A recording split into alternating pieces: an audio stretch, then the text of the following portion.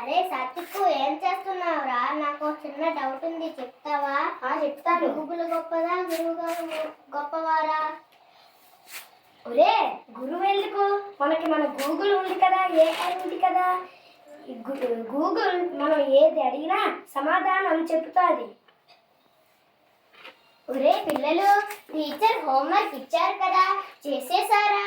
మరి ఫోన్ ఎందుకు చూస్తున్నారు? హోంవర్క్ ప్రాజెక్ట్ వర్క్ కూడా ఏఐతో చేపిస్తాను.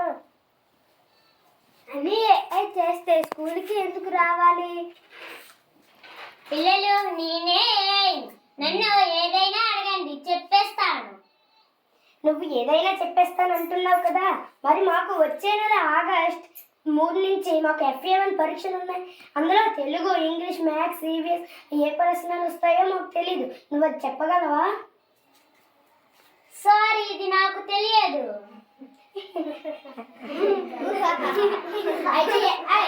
ఇప్పుడు మేము హోంవర్క్ చేయకపోయినా, చెప్పకపోయినా మా టీచర్కి చాలా కోపం వస్తుంది కదా. అయితే మా టీచర్కి కోపం రాకుండా ఎలా చేయాలి? నువ్వు ఇంటి దగ్గర టీచర్ ఇచ్చిన హోంవర్క్లు శుభ్రంగా చదువుకుంటే, టీచర్ని గౌరవిస్తే టీచర్ సంతోషిస్తారు.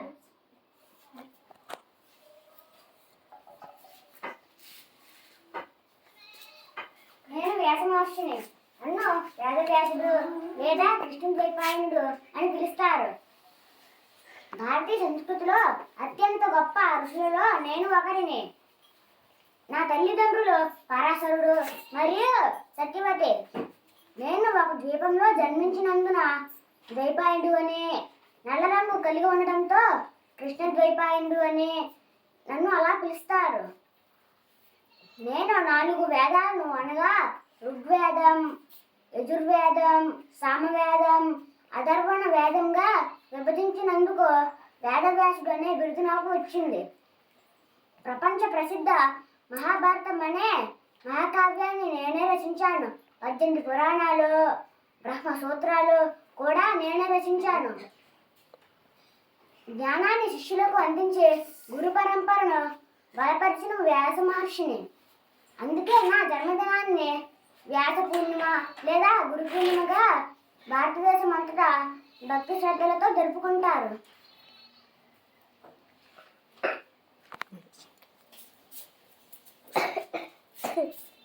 పిల్లలు, నేను వేదవ్యాసుని కదా, అలాగే మీకు జ్ఞానాన్ని నేర్పించే గురువు గారు వచ్చారు, చూడండి. నమస్కారం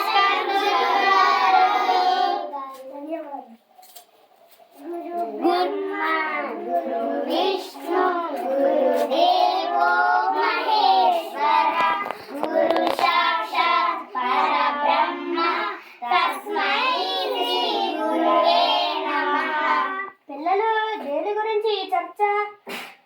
ఏఐ గురించి, గూగుల్ గురించి. గురువు గారు, గూగుల్ సమాచారం ఇస్తుంది, ఏఐ సమాధానాలు ఇస్తుంది. కానీ మనుషులు ఎలా ఉండాలో